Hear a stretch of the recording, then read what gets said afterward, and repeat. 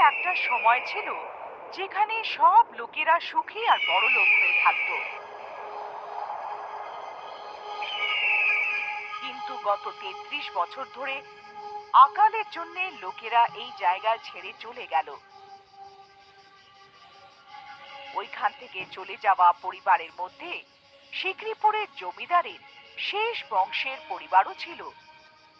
তারা নিজের চাষ বাগান আর অনেক জিনিস ছেড়ে চলে গেছিল। সিকরিপুরে চন্দ্রবংশ জমিদার ওটার দেখাশোনা করত। প্রজন্ম বদলাতে থাকে।